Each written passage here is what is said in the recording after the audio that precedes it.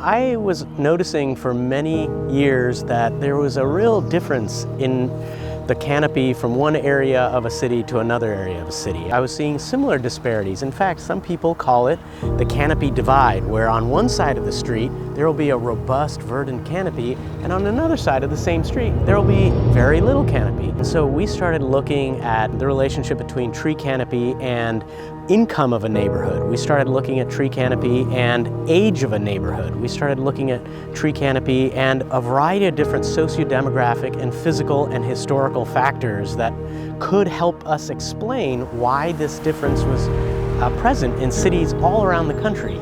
And the moment that it was an aha moment for me was when I saw that it was pretty much in every city that I had looked at. And we looked at about 108 cities, and that pattern pretty much held out across the country. And that's when I started acknowledging that this is more of a systematic issue than it is just happenstance. And then the big question is, what's the system that perpetuated this?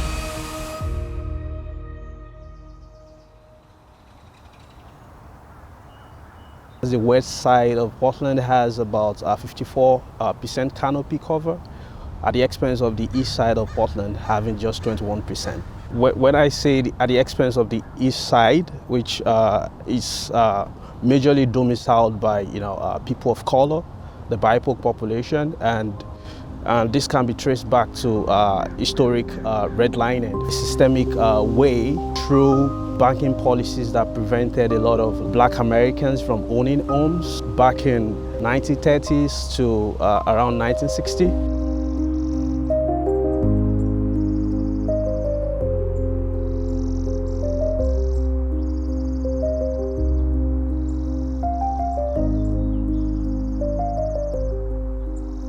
If you were in the Pacific Northwest during June of 2021, I'm sure you remember where you were when the heat dome happened.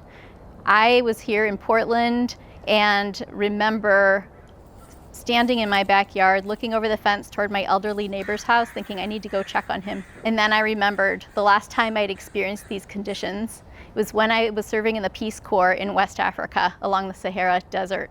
Every March, we had these hot winds coming off the desert with high temperatures, low humidity, and it was really brutal every afternoon. And then I realized none of the plants, nothing living around here knows how to cope with that.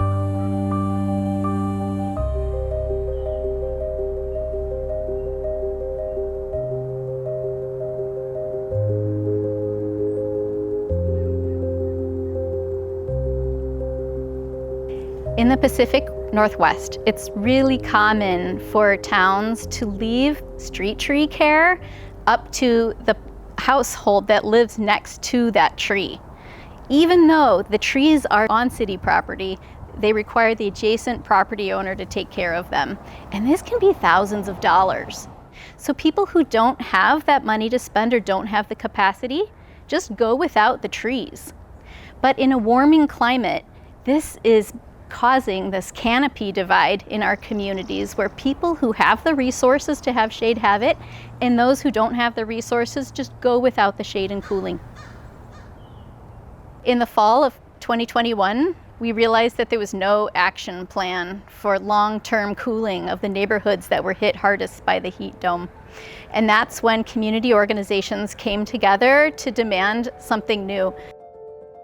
This is a really exciting time for trees in Portland right now. The Equitable Tree Canopy Initiative is part of PSEF's climate investment plan, and it invests $40 million into tree planting in neighborhoods that have historically lacked tree cover, so primarily North and East Portland.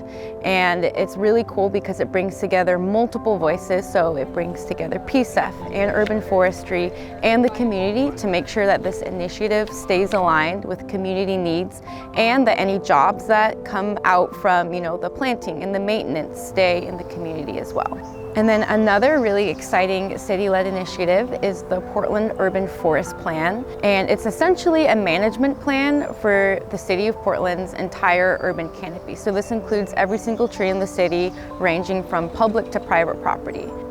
So one of the cool things about the Urban Forest Plan is that it actually acknowledges that there are discrepancies in canopy cover across Portland, and it allocates a higher priority to those neighborhoods that have historically been disinvested in. And then Bird Alliance of Oregon has purchased a new site on 82nd Avenue, which is a well-known urban heat island that lacks a lot of trees, making it one of the hottest areas in Portland. And so this new site that we just purchased currently is a treeless brownfield. So it's essentially just a big field. And we have really exciting plans to redevelop it into an urban forest, including planting native Oregon white oak and helping create an Oregon oak savanna. In addition to just the restoration and the planting, we're also including a workforce development cohort for youth who are interested in green jobs.